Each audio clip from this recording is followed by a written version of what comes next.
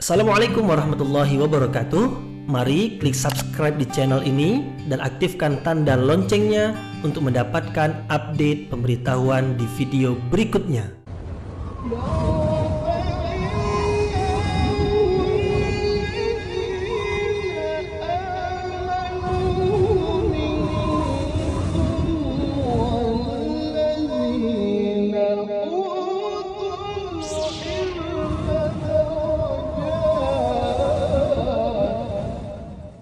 A'udzu billahi minasyaitonir rajim. Bismillahirrahmanirrahim. Assalamualaikum warahmatullahi wabarakatuh.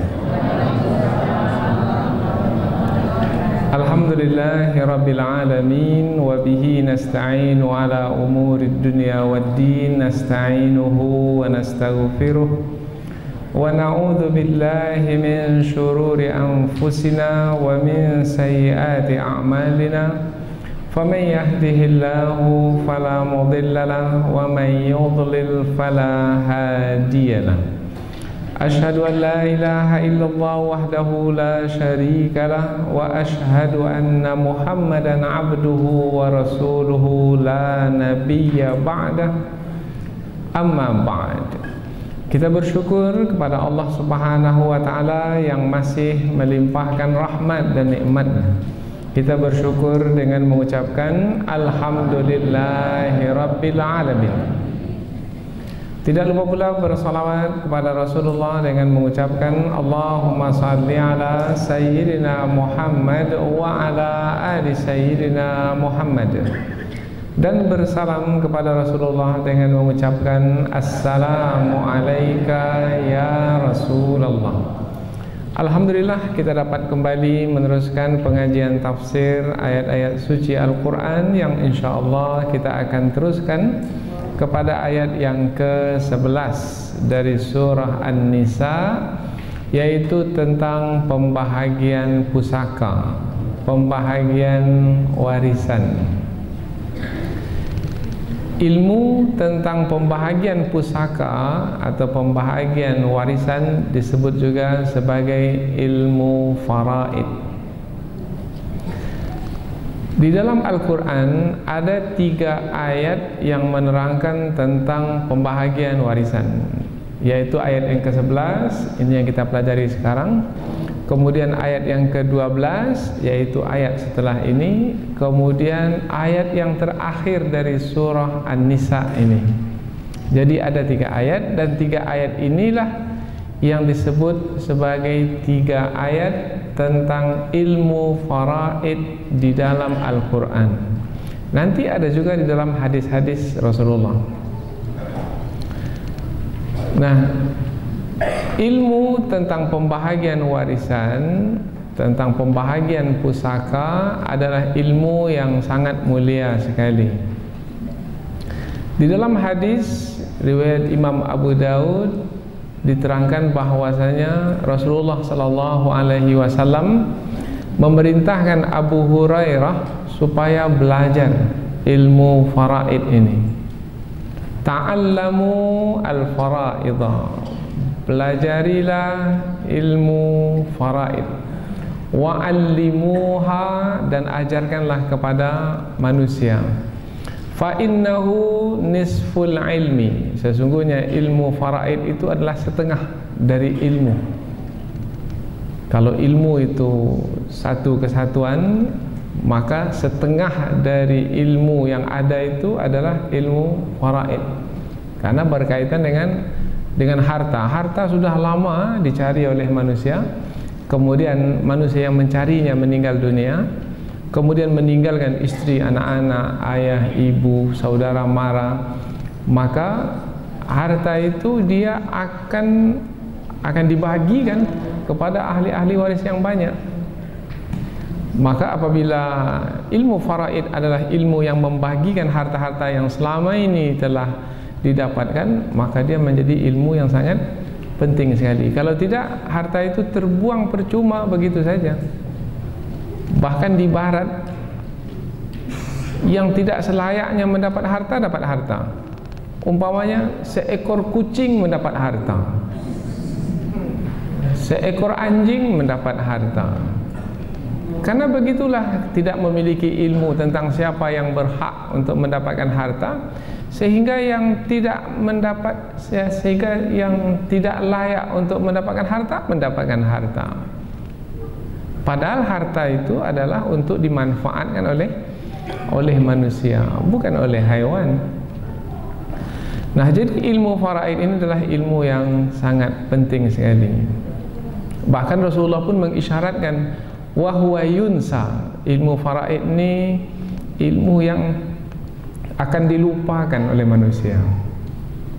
Bahkan di penghujung hadis Rasulullah menyebutkan wa huwa awwalu syai'in yunza'u min ummati, yaitu yang pertama kali dicabut dari umatku adalah ilmu tentang faraid ini. Padahal ilmu faraid ini dalam 3 ayat saja. Ayat 11, ayat 12 dan ayat terakhir dari surah An-Nisa. Dan ramai dari kalangan kita umat Islam, apabila ayahnya meninggal dunia, tak bisa dia membagi harta warisannya. Apabila ibunya meninggal dunia, tak bisa membagi harta warisan. Apa sebab? Sebab 3 ayat ini tidak dipelajari. Bukannya susah sebenarnya, tetapi karena tidak memperhatikan, akhirnya terabaikan ilmu yang penting dan mulia ini. Dalam kesempatan ini insyaAllah kita akan mulai pembahasan ayat yang pertama dari 3 ayat tentang pembahagian warisan, tentang faraid. Dan ayat ini sebenarnya adalah perincian dari ayat yang ke-7 dari surah An-Nisa, yaitu ayat sebelum ini, yang menyebutkan bahwasanya apabila salah seorang dari ahli keluarga kita meninggal dunia, maka ahli warisnya mendapatkan bahagian, baik itu laki-laki ataupun perempuan. Jadi harta itu akan diperolehi bukan oleh laki-laki saja, tetapi juga oleh perempuan dari warisan yang ditinggalkan oleh si mayit. Nah, jadi di dalam Islam pembahagian warisan adalah perkara yang penting, sehingga Allah sendiri yang menetapkan pembahagian tersebut. Artinya selain Allah tidak berhak untuk menetapkan pembahagian warisan. Siapa dapat berapa, siapa dapat berapa, itu hanya Allah yang berhak. Dan Allah telah menetapkan berapa bahagian masing-masing. Siapa yang berhak, Allah menetapkannya, dan berapa bagian masing-masing, Allah pun juga menetapkannya, sehingga tidak boleh ada siapapun untuk menetapkan yang berbeda dengan yang Allah tetapkan. Nah, apabila Allah menetapkan dengan ilmunya yang sempurna, di penghujung ayat Allah menyebutkan bahwasanya Allah adalah innallaha kana alima, sesungguhnya Allah adalah yang maha mengetahui. Bermakna apabila pembahagian itu adalah datang dari Allah yang maha mengetahui, maka pasti ini adalah yang terbaik. Kemudian apabila disebutkan di penghujung ayat Allah Hakimah, yang maha bijaksana, bermakna inilah yang paling bermanfaat. Bijaksana itu maknanya menetapkan sesuatu pada tempatnya dan mendatangkan manfaat. Itu makna bijaksana. Maka pastilah pembahagian ini adalah yang paling bermanfaat. Kalau ada di sana orang yang membagi pula warisan tidak seperti yang Allah tetapkan, seakan-akan dia lebih mengetahui dari Allah, seakan-akan dia lebih bijaksana dari Allah. Maka apabila berlaku seperti itu adalah keangkuhan dan kesombongan. Maka sebenarnya orang yang memahami dirinya sebagai yang memiliki ilmu yang sangat terbatas, maka sepatutnya tidak ada pilihan untuk tidak menjalankan apa yang telah Allah tetapkan. Sekecil apapun, sesedikit apapun warisan, hendaklah dibagi menurut hukum faraid, karena datang dari Allah yang maha mengetahui lagi maha bijaksana. Nah, di dalam ayat yang pertama ini tentang pembahagian warisan, Allah menyebutkan tentang pertama adalah anak-anak sebagai yang menerima warisan. Setelah anak-anak, kemudian Allah menerangkan pula tentang orang tua yang menerima warisan. Nah, jadi ada dua kumpulan di sini, yaitu kumpulan anak-anak dan kumpulan orang tua. Disebutkan kumpulan anak-anak terlebih dahulu karena anak-anak ini yang lebih dekat hubungannya dengan yang meninggal dunia. Karena di samping dekat hubungannya, begitu ditambah lagi anak-anak ini adalah yang berada di bawah tanggung jawab yang meninggal dunia itu. Maka apabila anak-anak ini berada yang di bawah tanggung jawab yang meninggal dunia, maka harta itu hendaklah didahulukan, diutamakan untuk mereka, karena mereka berada di bawah tanggung jawab yang meninggal dunia. Kemudian setelah itu kumpulan yang kedua adalah kumpulan yang di atas, yaitu ayah dan ibu. Ayah dan ibu itu berhak untuk mendapatkan warisan. Mengapa kumpulan kedua disebutkan sebelum kumpulan yang berikutnya? Karena kumpulan yang kedua, ayah ibu ini adalah yang berjasa kepada yang meninggal dunia. Karena ayah ibu adalah ibu umpamanya yang melahirkan, kemudian si ayah adalah yang memberi nafkah bagi anak tersebut sehingga dia tumbuh besar sampai dia dewasa. Nah, karena banyak berjasa, maka disebutkan sebagai kelompok yang kedua di dalam menerima warisan. Jadi ayat ini menerangkan tentang dua kelompok sebagai yang menerima warisan, yaitu kelompok anak dan kelompok kedua orang tua. Nah, kelompok anak ini ada anak laki-laki, ada anak perempuan. Anak-anak laki-laki dapat berapa, anak perempuan dapat berapa, nanti disebutkan. Kemudian yang kelompok orang tua pula, ada ayah, ada ibu. Nah, ayah dapat berapa, ibu dapat berapa pun juga ditetapkan di dalam ayat ini. Jadi ayat ini sebatas menerangkan tentang dua kelompok ini saja. Kemudian ayat berikutnya menerangkan tentang suami dapat berapa kalau istrinya meninggal, istri dapat berapa kalau suaminya meninggal. Ini pada ayat yang berikutnya. Jadi pada ayat ini kita lebih khusus hanya ingin memahami anak-anak dapat berapa, kemudian ayah ibu dapat berapa. Anak-anak yang meninggal maksudnya, ayah ibu yang meninggal. Nah, dengan mempelajari ayat ini, maka insya Allah kita akan lebih mudah untuk memahami ilmu yang sudah banyak dilupakan oleh manusia pada hari ini. Kemudian apabila kita lihat ayat tentang faraid sebelum ini, tidak diterangkan pembahagiannya secara terperinci, ia hanya bersifat umum saja, bahwasanya Allah menyebutkan lirrijali nasibum mimma tarakal walidani wal aqrabun. Bagi laki-laki ada bahagian dari apa-apa yang ditinggalkan oleh kedua orang tua dan kaum kerabat. Maknanya anak laki-laki, kalau ayah meninggal dunia atau ibu meninggal dunia, mereka dapat. Tapi berapa bahagian tidak disebutkan. Nah, ayat yang ke-11 ini menyebutkannya sebagai perincian. Tapi mengapa tidak langsung saja dari ayat 7? Mengapa tidak ayat 8 saja perinciannya? Mengapa ayat 8, ayat 9, ayat 10 menerangkan tentang perkara-perkara anak yatim? Maka jawabannya adalah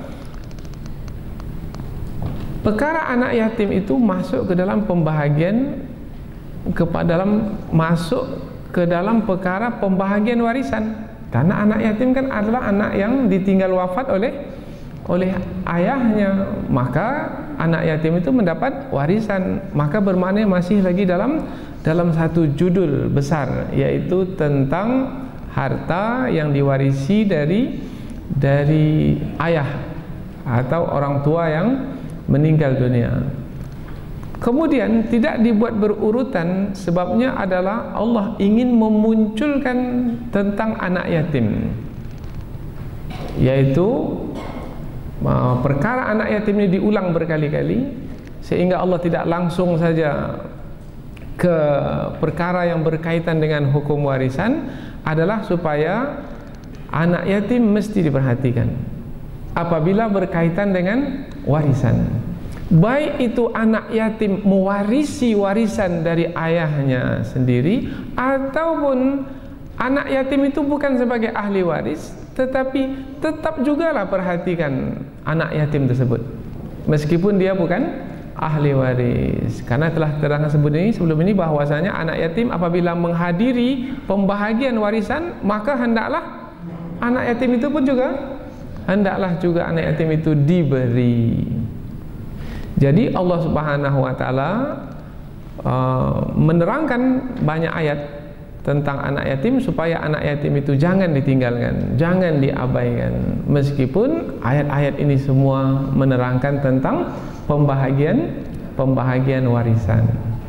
Baik, kita lihat ayat ini dengan lebih terperinci. Allah Subhanahu wa taala berfirman, A'udzubillahi minasyaitonirrajim. Bismillahirrahmanirrahim.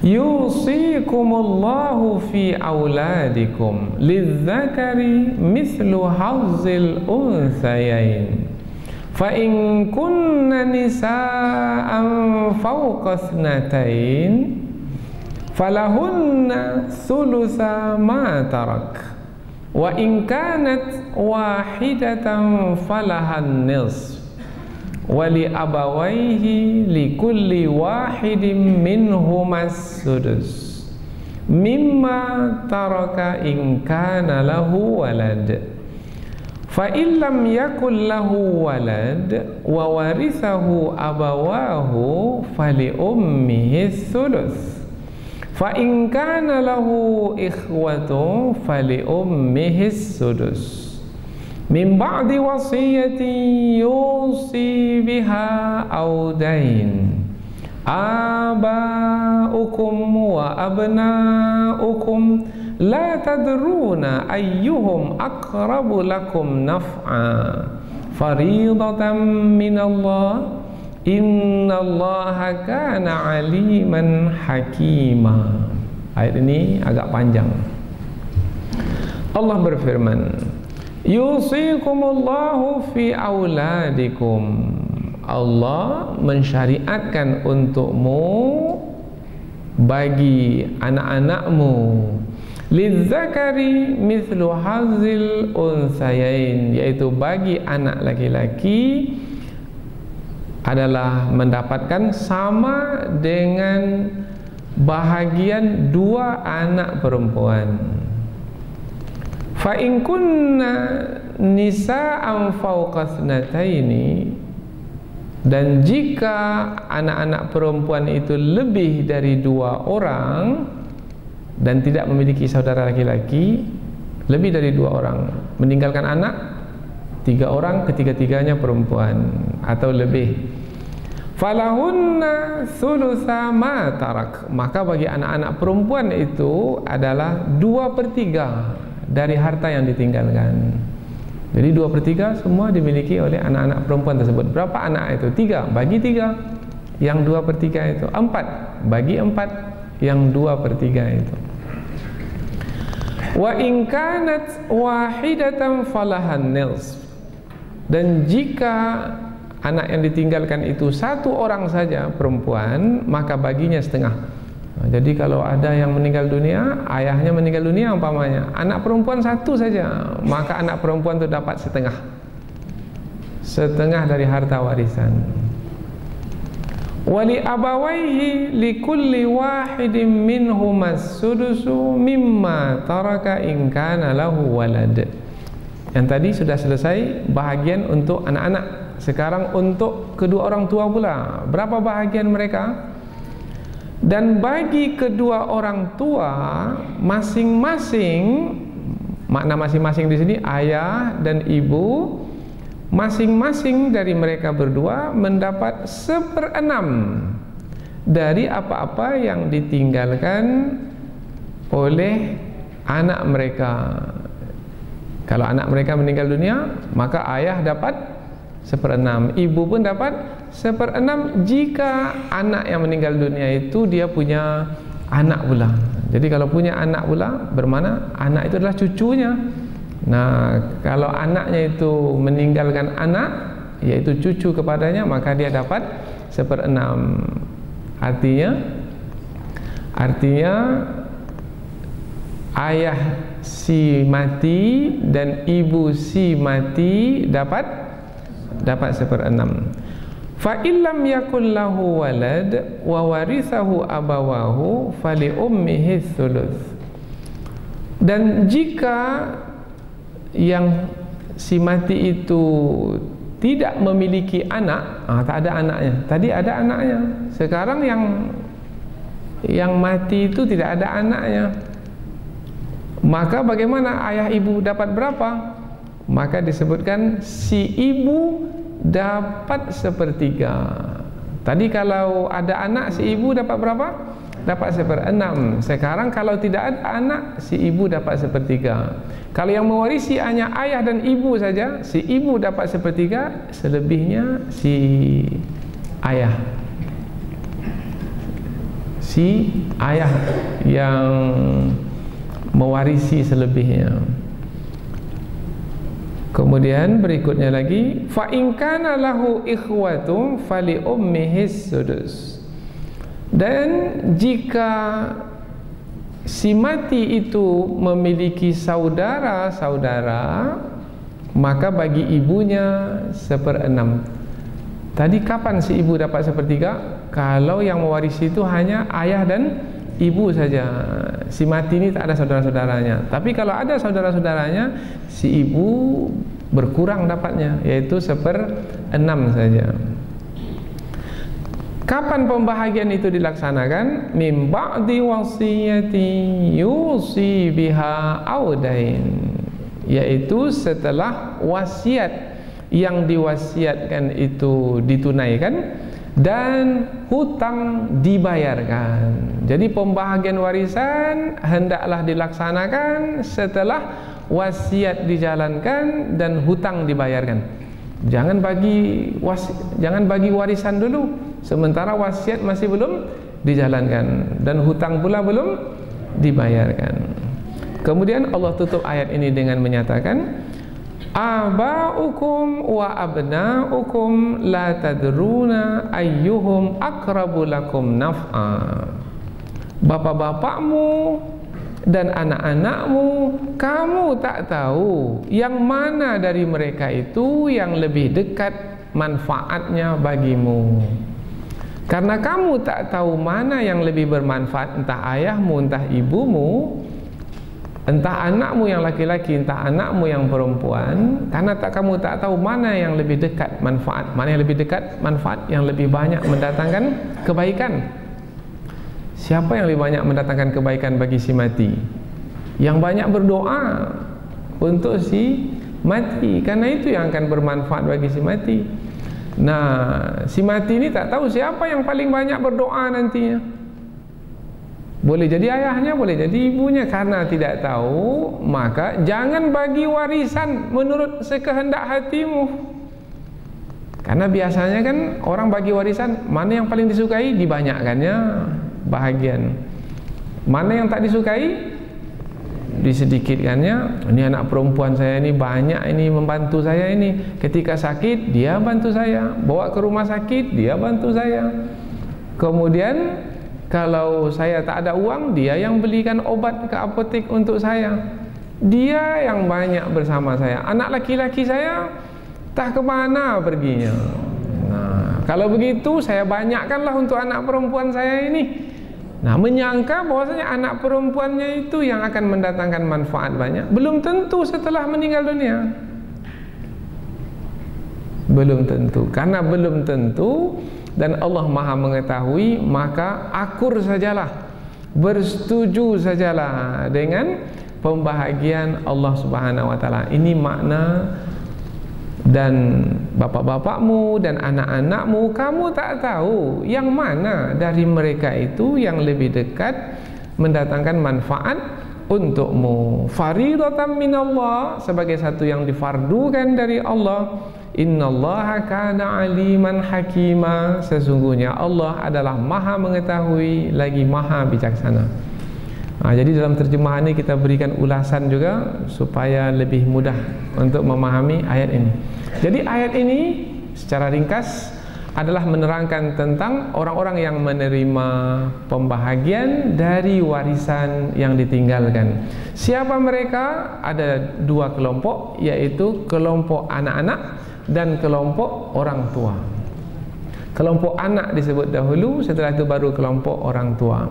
Tetapi pembahagian warisan itu barulah boleh dilaksanakan setelah wasiat dijalankan dan hutang dibayarkan.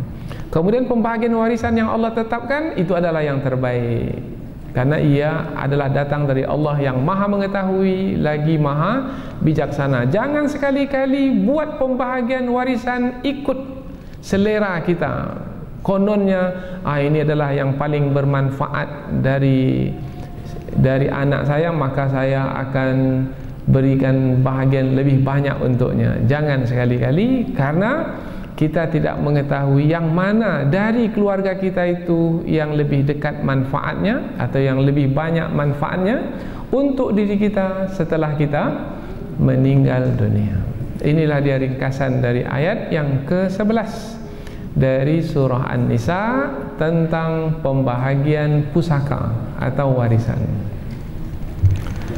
Sekarang kita akan lihat ayat ini dengan lebih terperinci lagi melalui tafsir. Tafsir bermakna kita akan jelaskan mana yang patut untuk kita jelaskan dari ayat ini. Lebih khusus lagi adalah tentang makna dari kata yang dipakai di dalam ayat ini. Allah memulai ayat ini dengan berfirman, yusikumullah, Allah mensyariatkan untukmu.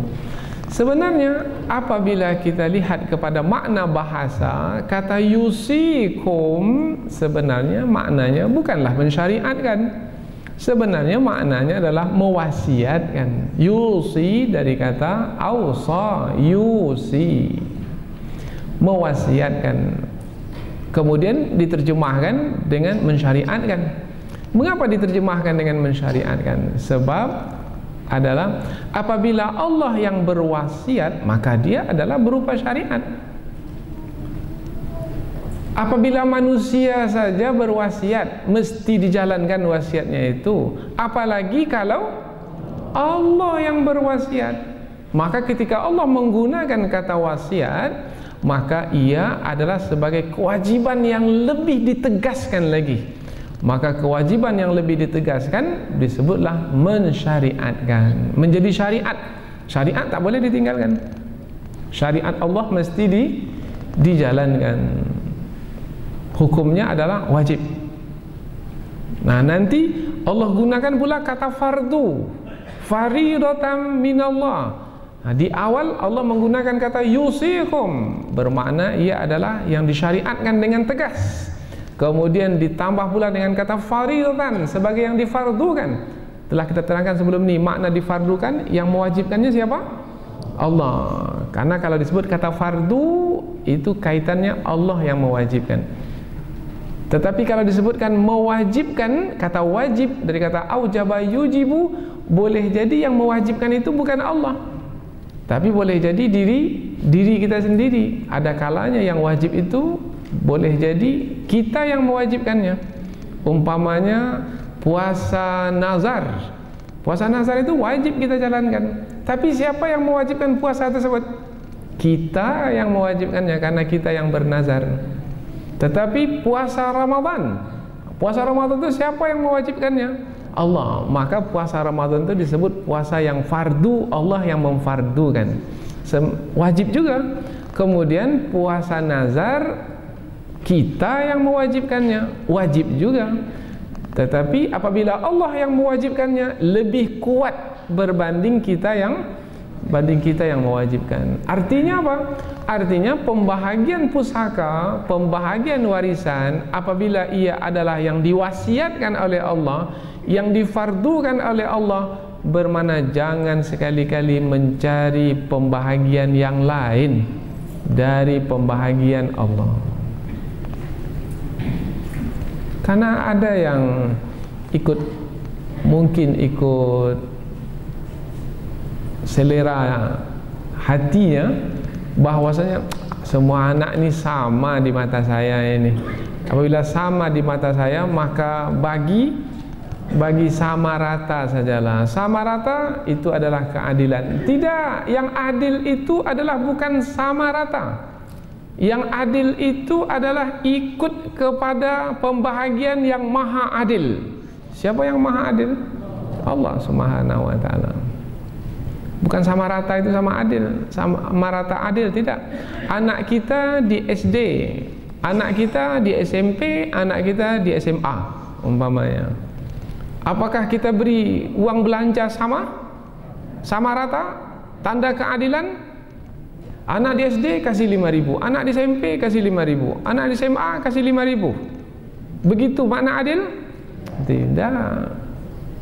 Di SD 5.000, di SMP 10.000, di SMA 15.000. Adil?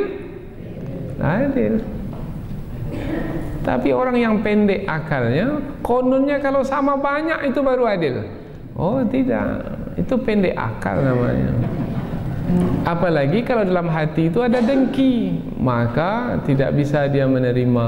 Karena menerima kebenaran baginya itu adalah satu keburukan, karena dengki ada dalam hatinya. Maka ayat ini digunakan oleh orang, nanti kita akan sebutkan, oleh orang yang dengki kepada Islam. Ayat ini adalah ayat diskriminasi wanita. Apa sebab? Sebab dalam ayat ini Allah menyebut lidzakari mithlu hazzil unthayain, yaitu bagi laki-laki mendapatkan bahagian sama dengan bahagian dua anak perempuan. Bermakna anak perempuan dapat setengah dari anak laki-laki. Adil? Adil atau tidak? Oh, perempuan tak mau jawab. Yang laki-laki saja mau jawab. Baik, kita lihat ayat ini dengan lebih terperinci. Namun sebelum sampai ke situ, kita fahami dahulu pangkal ayat. Karena pangkal ayat itu adalah untuk membuka hati kita supaya mau menerima pembahagian Allah. Yusikumullah, Allah mewasiatkan untukmu. Nah, kemudian kata wasiat ini juga memberikan isyarat bahwasanya segera laksanakan pembahagian warisan. Apabila ada di antara ahli keluarga kita yang telah meninggal dunia, ayah telah meninggal dunia, cepat setelah ayah meninggal dunia itu bagi warisan. Jangan tunggu lama-lama. Karena makna wasiat itu adalah mesti segera dilaksanakan. Mana yang lebih segera? Wasiat atau pembahagian warisan? Wasiat dulu, baru pembahagian warisan. Maka Allah gunakan kata wasiat pula di sini untuk pembahagian warisan, supaya pembahagian warisan itu dilaksanakan dengan cepat.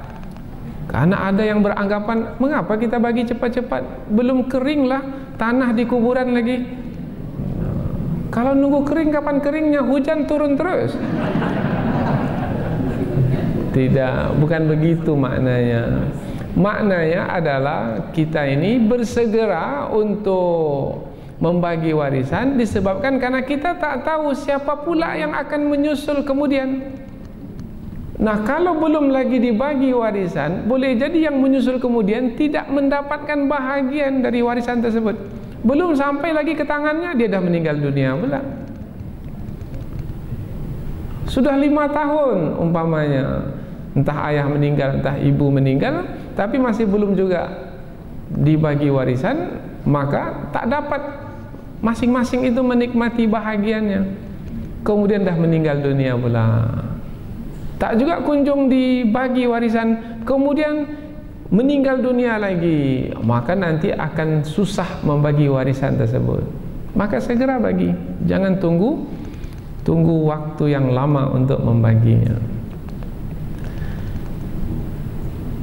Allah mewasiatkan untukmu, atau maknanya yang lebih tegas, mensyariatkan untukmu bagi anak-anakmu, ini bahagian kelompok pertama, yaitu untuk anak-anak, yaitu bagi laki-laki sama dengan bahagiannya 2 bahagian anak perempuan.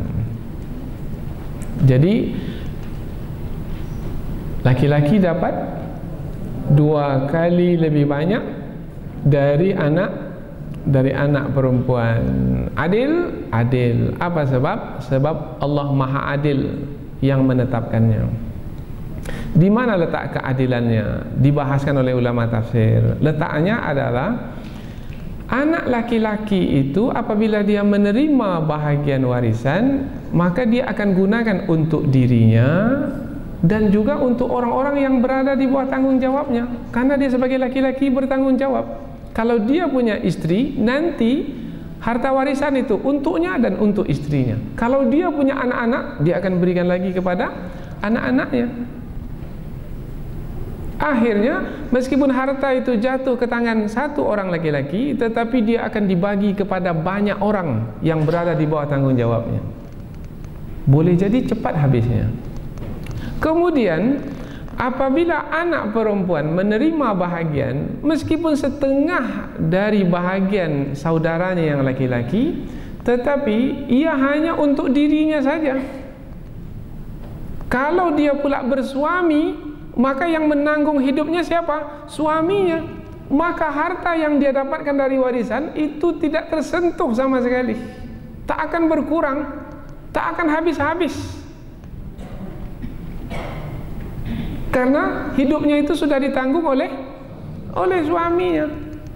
Maka boleh jadi harta di tangan anak laki-laki cepat habis, harta di tangan anak perempuan tak habis-habis.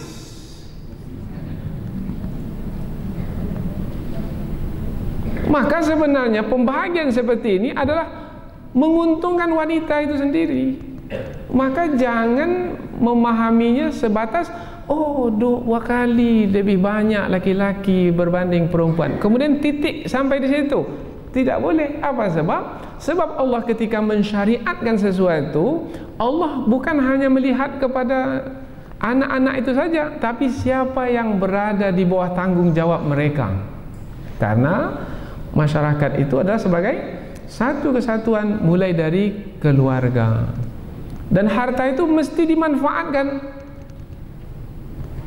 Dan manfaat harta itu adalah dibelanjakan. Kalau harta itu didiamkan, maka dia tidak bermanfaat. Jadi kalau harta ada di tangan perempuan, kemudian dia ditanggung oleh suaminya, maka harta itu menjadi diam, maka terhentilah kemakmuran muka bumi ini. Sementara manusia diciptakan di muka bumi adalah untuk memakmurkan muka bumi.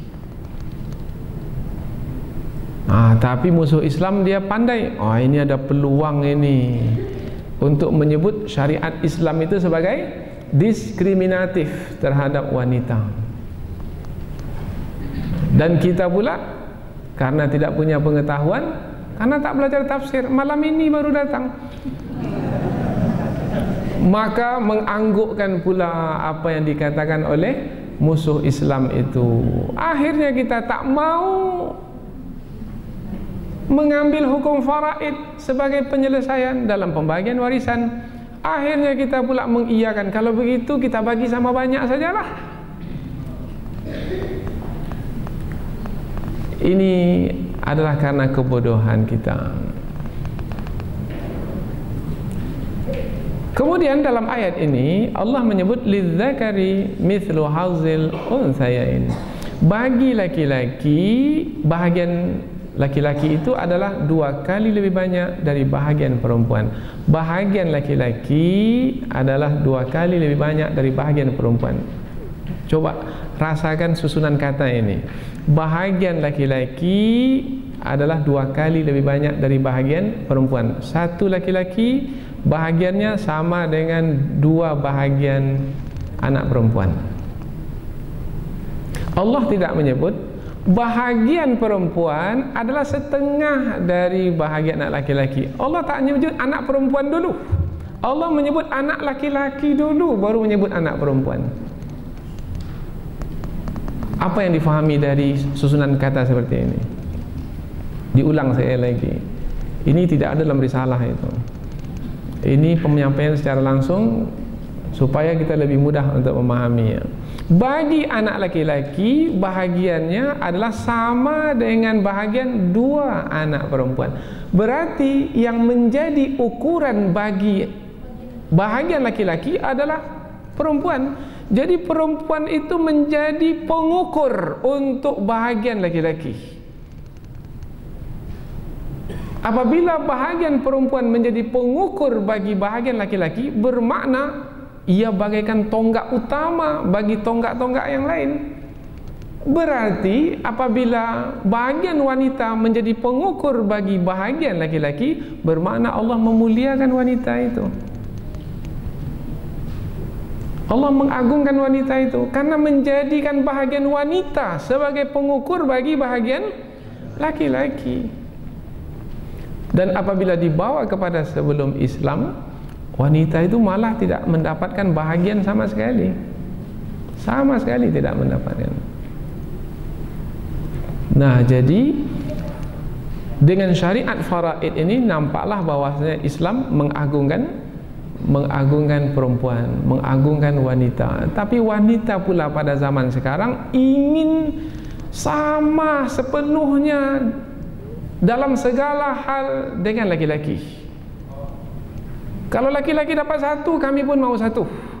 Kalau laki-laki punya hak menceraikan, kami pun mau menceraikan laki-laki pula. Nah, maunya begitu dia. Kalau perempuan memiliki iddah, kami ingin laki-laki pun juga memiliki iddah. Karena ingin semua hal. Kalau laki-laki menjadi imam, kami perempuan pun juga mau jadi imam. Ini namanya emansipasi yang kebablasan, yaitu liberal, yaitu tidak mau mengikut batasan yang telah Allah tetapkan. Seperti apa yang dilakukan laki-laki, maka seperti itu pula perempuan melakukannya. Laki-laki main sepak bola, perempuan pun main sepak bola juga. Dan seterusnya, dan seterusnya. Padahal Allah Subhanahu wa taala Maha mengetahui tentang fitrah masing-masing, keperluan masing-masing. Dan harta di tangan masing-masing itu manfaatnya seberapa, Allah Subhanahu wa taala Maha mengetahui. Yusikumullahu fi auladikum lidzakari mithlu hadzil unthayaini fa in kunna nisaan fawqa thnataini falahunna thulutsa ma tarak. Tadi kalau anak-anak yang ditinggalkan itu adalah laki-laki dan perempuan. Sekarang kalau tak ada anak laki-laki bagaimana? Nah, kalau tidak ada anak laki-laki, kalau semuanya perempuan dan jumlahnya lebih dari 2 orang, 3 ke atas, 3, 4, 5, 6, maka anak-anak perempuan itu bahagian mereka 2/3 dari harta warisan. 2/3. Kemudian kalau anak perempuan itu 1 orang saja bagaimana? Tak ada saudara laki-lakinya, tak ada, maka ia mendapat setengah. Kalau 2 lebih disebutkan, kemudian 1 disebutkan, yang tak disebutkan berapa? Kalau anak perempuan itu 2 saja, tak disebutkan dalam ayat. Tapi ulama pun membuat kesimpulan bahwasanya yang 2 itu pun dapat 2/3 dari harta warisan. Dia masuk kepada 2 lebih itu. 2 anak wanita lebih, yang berjumlah lebih dari 2 anak perempuan. Baik, selesai tentang anak, pindah ke orang tua. Bagaimana pula bahagian orang tua? Dan bagi kedua orang tua, wali abawaihi likulli wahidin minhumas sudus. Masing-masing orang tua dapat 1/6. Ayah dapat 1/6, ibu dapat 1/6 dari harta yang ditinggalkan. Apabila mimma taraka in kana lahu walad, dari harta warisan yang ditinggalkan jika yang meninggal dunia itu tak punya anak. Jadi dia sendiri umpamanya tak ada anak, meskipun ada istri meninggal dunia, belum punya anak lagi dah meninggal dunia, maka ibu dapat 1/6, ayah dapat 1/6. Fa illam yakun lahu walad wa warithahu abawahu fali ummihi thuluth.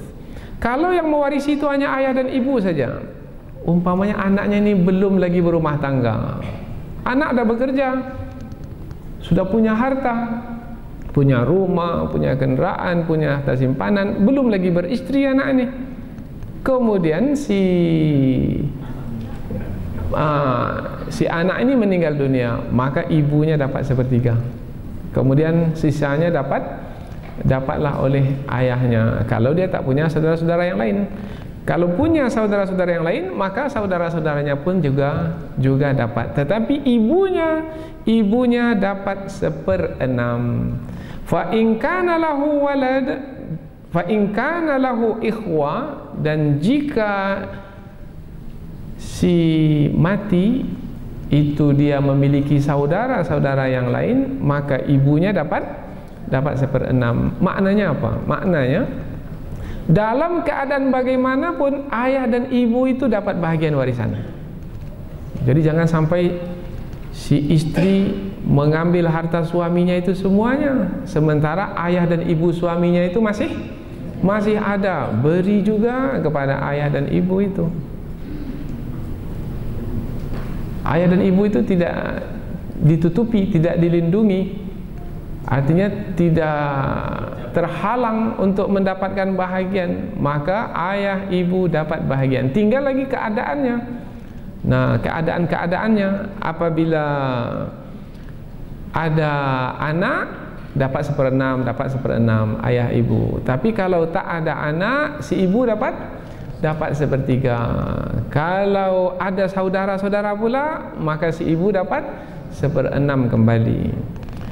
Kemudian pembahagian warisan itu dilaksanakan mim ba'di wasiyati yusi biha audain, yaitu pembahagian warisan itu dilaksanakan setelah wasiat dijalankan.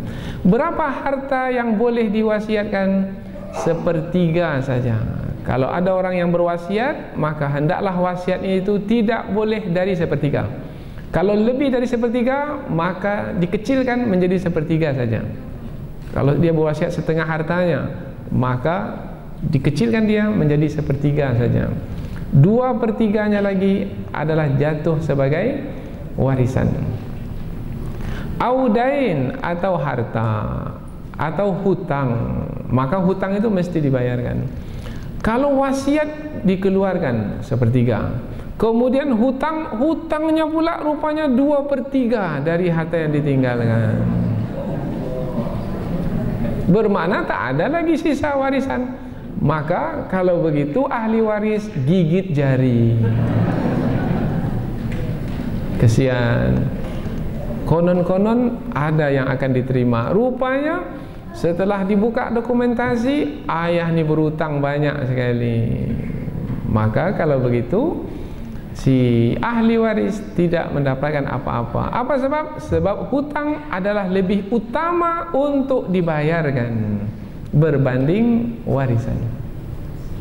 Karena hutang itu kaitannya dengan manusia. Nah, apabila dengan manusia, manusia ini belum tentu lagi mau memaafkan. Kalau Allah Maha Pemaaf, tetapi kalau manusia belum tentu lagi mau memaafkan. Maka kalau belum atau tidak mau memaafkan, maka boleh jadi nanti terhalang untuk masuk ke dalam surga. Bahkan nyawanya pun akan tergantung antara langit dan bumi. Maka jangan suka berhutang. Beli rumah berhutang, beli mobil berhutang, berdagang berhutang, buat kebun sawit berhutang. Janganlah berhutang. Kalau dapat dari harta yang ada pada kita, sedikit-sedikit insya-Allah berkat, mudah-mudahan. Kalau tidak, kesian ahli waris menanggung hutang nanti. Aba'ukum wa abna'ukum la tadruna ayyuhum aqrabu lakum naf'a. Bapak-bapakmu, ini yang ke atas. Mengapa disebut bapak-bapak lebih dahulu? Tadi dalam bahagian anak-anak disebut lebih dahulu. Sekarang bapak-bapak lebih dahulu, karena bapak-bapak adalah yang awal, adalah yang lebih dahulu hidup di muka bumi ini. Kemudian bapak itu melahirkan anak, kemudian anak itu barulah melahirkan anaknya pula. Maka bapak-bapak. Bapak-bapak adalah yang lebih awal dalam kehidupan, yang lebih banyak memberikan manfaat karena melahirkan, membesarkan, mendidik, membimbing sehingga sampailah kepada dewasa anaknya itu. Nah, banyak memberikan manfaat. Boleh jadi ayah ibu yang banyak memberikan manfaat, belum tentu. Nah, ini maksud ayat ini. Maka jangan beri kepada ayah ibu lebih banyak, kemudian anak-anak dapat lebih sedikit, karena belum tentu ayah ibu itu yang paling banyak memberikan manfaat, meskipun sebelum ini memang. Wa abna'ukum, dan anak-anakmu. Memang orang tua itu sangat sayang, sangat cinta sekali kepada anak-anak mereka. Kita pasti cinta, suka kepada anak kita, maka kita mau banyak memberi kepada anak kita. Tapi belum tentu lagi anak kita itu yang paling bermanfaat bagi kita. Mungkin setelah dapat warisan kita, dia lupa kepada kita. Akhirnya dia tidak mendoakan kita. Sementara kita kalau meninggal dunia terputus semua amalan kecuali 3 perkara. Di antara yang 3 itulah anak yang soleh, yang senantiasa mendoakan kedua orang tuanya. Tapi banyak anak yang lupa kepada kedua orang tuanya, sibuk dengan perusahaan ayahnya yang telah dia warisi, tetapi lupa ayahnya yang mewariskan perusahaan tersebut. Bahkan berkelahi pula sesama saudara yang lainnya. La tadruna ayyuhum aqrabu lakum naf'at, yang mana kamu tak tahu yang mana yang lebih dekat kepadamu manfaatnya. Manfaat maknanya kebaikan yang akan didapatkan. Kebaikan yang didapatkan setelah kematian adalah doa. Itu adalah yang paling bermanfaat. Faridatan minallah, sebagai yang fardu dari sisi Allah. Ini sudah kita terangkan di awal tadi. Allah gunakan kata fardu di sini sebagai menekankan bahwasanya yang menetapkan pembahagian ini adalah langsung Allah Subhanahu wa taala. Maka jangan ubah-ubah lagi wahai manusia. Innallaha kana aliman hakima, sesungguhnya Allah adalah Maha mengetahui. Allah menetapkan pembahagian ini dengan zatnya yang maha mengetahui. Allah itu maha mengetahui dari dahulu hingga sekarang, dan Allah juga mengetahui sampai hari kiamat. Jadi apabila Allah yang menetapkan dari sisinya yang maha mengetahui, ini pasti benarnya sepanjang masa, ini pasti baiknya sepanjang masa. Tak perlu diamandemen lagi. Yang diamandemen itu yang datang dari yang kurang mengetahui. Dulu merasakan ini yang baik, kemudian setelah itu dalam perjalanan waktu, oh rupanya kurang baik, diamandemen. Tetapi ini datang dari yang maha mengetahui, maka tak perlu diamandemen lagi. Maknanya kalau datang dari yang maha mengetahui, ia akan sesuai sepanjang zaman.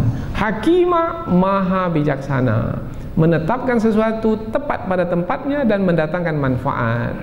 Anak laki-laki dapat 2 kali lebih banyak dari anak perempuan, itu adalah bijaksana.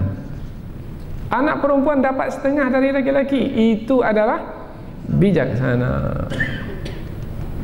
Ayah dapat 1/6, ibu dapat 1/6, itu adalah bijaksana. Sampai kepada 1/6, 1/3, setengah, 1/4, 1/8, 2/3. Nah, penetapan ini adalah langsung dari Allah. Maka angka-angka itu adalah yang paling bijaksana dan mendatangkan manfaat. Apabila demikian halnya, maka sepatutnya manusia hendaklah bersetuju dengan apa yang Allah tetapkan untuk kemaslahatan mereka, sehingga mereka mendapatkan manfaatnya di dalam kehidupan mereka. Karena kita ini tidak tahu yang berkaitan dengan harta kita, bagaimana yang terbaik untuk kita. Tapi Allah maha mengetahuinya. Apabila beriman kepada Allah, maka kemudian melaksanakan pembahagian yang Allah tetapkan, pastilah kita akan mendapatkan yang terbaik bagi hidup kita. Mudah-mudahan kita akan dapat memahami dengan baik ayat ini, dan insya Allah akan dilanjutkan dengan ayat yang berikutnya. masih lagi tentang pembahagian warisan dalam pengajian yang akan datang insyaallah. Subhanakallahumma wa bihamdika asyhadu an la ilaha illa anta wa astaghfiruka wa atubu ilaik. Wassalamualaikum warahmatullahi wabarakatuh.